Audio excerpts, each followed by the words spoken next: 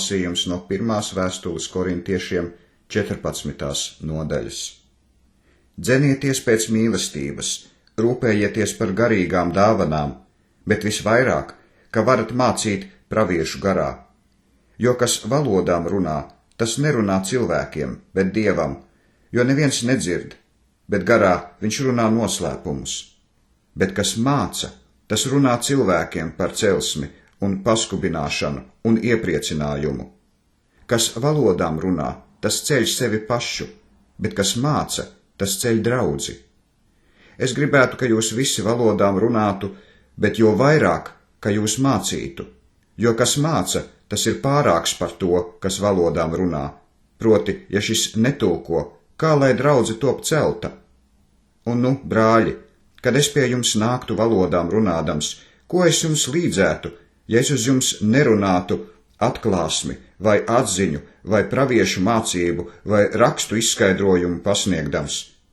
Tāpat ir ar nedzīvām lietām, kas skan, vai stabule vai kokle. Ja to skaņas nevar izšķirt, kā var noprast, kas ir stabulēts vai koklēts? Un atkal, ja bazūne neskan skaidri, kas taisīsies uz kaļu?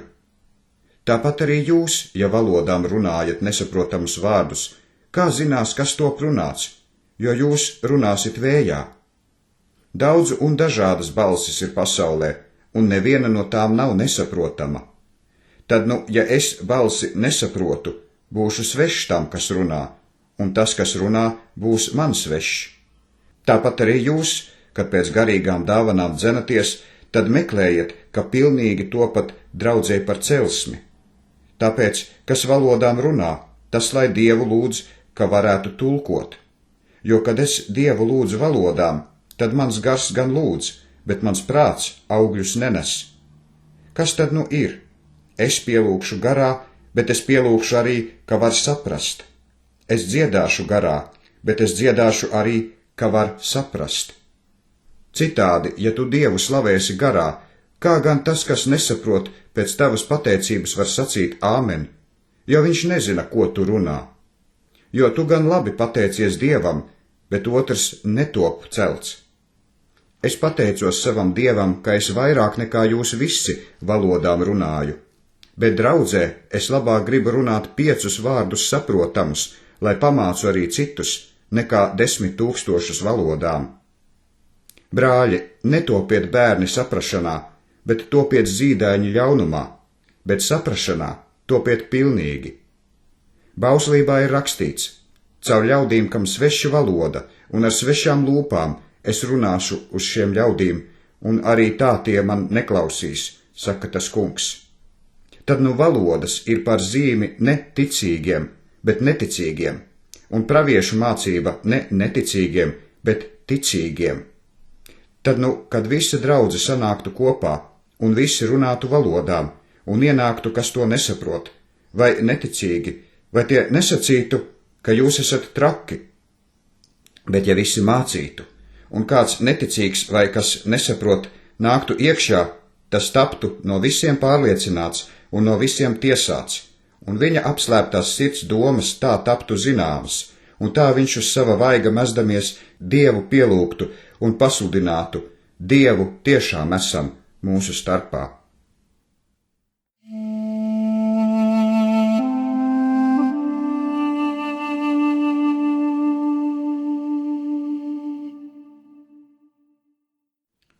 Otra ķēniņu grāmata, 8. nodaļa. Un Elīša runāja ar sievu, kuras dēlu viņš bija darījis dzīvu, un sacīja: celies un ej ar savu saimi un piemīti, kur varēdama, jo tas kungs Jahve badu aicinājis, tas nāks uz šo zemi 7 gadus.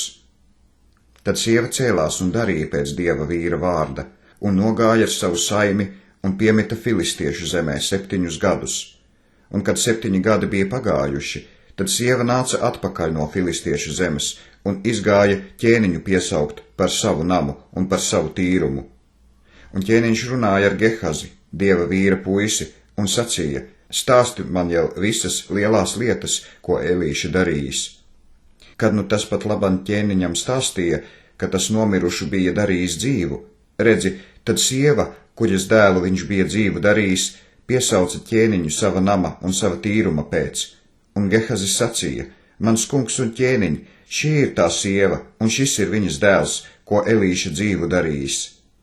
Tad ķēniņš izjautāja sievu, un tā viņam to stāstīja, un ķēniņš tai deva līdz kādu no galma ļaudīm, sacīdams, lai tai atdod visu, kas tai pieder, arī visus tīruma augļus no dienas, kad tā zemi atstājusi līdz šim laikam. Un Elīša gāja uz Damasku, kad Benhadats, sīriešu ķēniņš, bija slims, un viņam teica un sacīja: Dieva vīrs ir atnācis. Tad ķēniņš sacīja uz Hazaēlu: Ņem dāvanas savā rokā un ej pretī Dieva vīram, un vaicā caur viņu to kungu Jahvi, un prasi, vai es tapšu vesels no šīs slimības. Un Hazaēls viņam gāja pretī, un ņēma dāvanas savā rokā, visādas Damaskas mantas, nastu 40 kamieļiem, un tas gāja un stājās viņa priekšā, un sacīja: Tavs dēls Benhadats, Sīrijas ķēniņš, mani pie tevis sūtījis, sacīdams, vai es atkal tapšu vesels no šās sērgas. Un Elīša uz to sacīja: Ej un saki viņam, tu tapsi vesels, bet tas kungs Jahve man ir rādījis, ka viņš mirdams mirs. Un Dieva vīrs skatījās stipri, to uzlūkodams, kamēr šis sarāvās, un viņš raudāja. Tad Hazaēls sacīja: Kāpēc mans kungs raud? Un tas sacīja: Tāpēc, ka es zinu, kādu ļaunumu tu darīsi Izraēla bērniem. Tu nodedzināsi viņu stiprās pilis ar uguni, un nokausi viņu jaunekļus ar zobenu, un satrieksi viņu bērnus, un uzšķērdīsi viņu grūtās sievas. Tad Hazaēls sacīja: Kas ir tavs kalps? Suns, kam tādas lielas lietas būs darīt? Un Elīša sacīja: Tas kungs Jahve man rādījis tevi, kā sīriešu ķēniņu. Un viņš aizgāja no Elīšas un nāca pie sava kunga, un tas uz viņu sacīja: Ko Elīša tev sacījis? Un tas atbildēja: Viņš man sacīja: Tu tapšot vesels. Un otrā dienā Hazaēls ņēma apsegu un to iemērca ūdenī un pārklāja pār viņa vaigu, ka tas nomira, un Hazaēls kļuva par ķēniņu viņa vietā.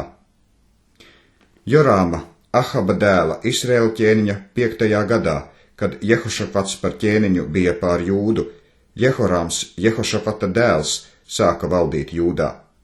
Viņš bija 32 gadus vecs, kad viņš kļuva par ķēniņu, un valdīja 8 gadus Jeruzalemē, un staigāja pa Izraēla ķēniņu ceļiem, kā Ahaba nams darīja, jo Ahaba meita bija viņam par sievu, un viņš darīja, kas tam kungam Jahvem nepatika, bet tas kungs Jahve negribēja Jūdu samaitāt sava kalpa Dāvida dēļ, kā viņš tam bija sacījis, ka tam došot gaismekli pie viņa bērniem mūžīgi.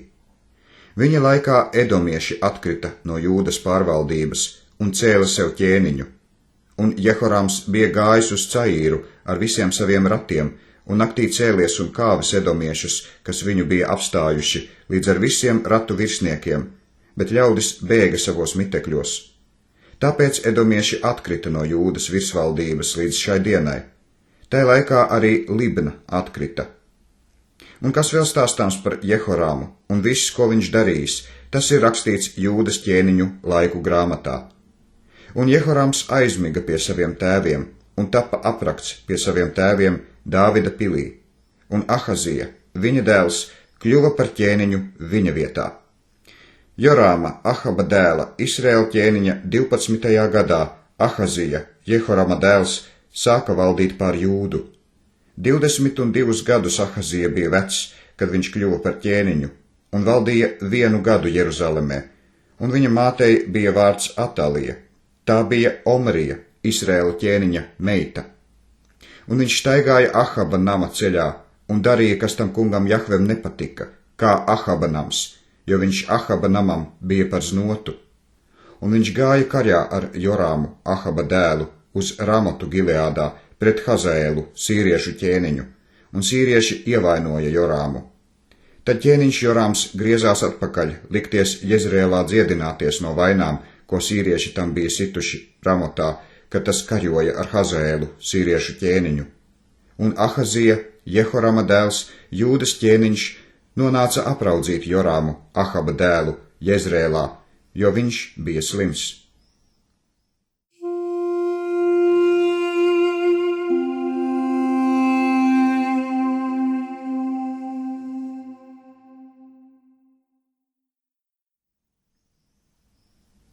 Jonas grāmata, 3. nodaļa.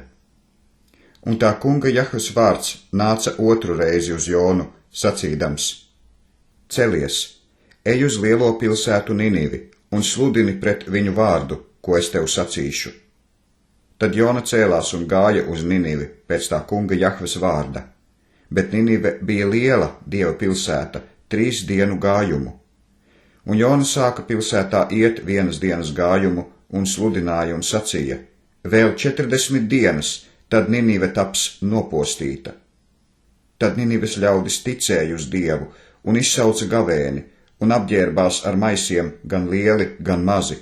Un kad tas vārds Ninives ķēniņa priekšā nāca, tad viņš cēlās no sava goda krēsla un nolika savas ķēniņa drēbes no sevis un apvilka maisu un apsēdās pelnos.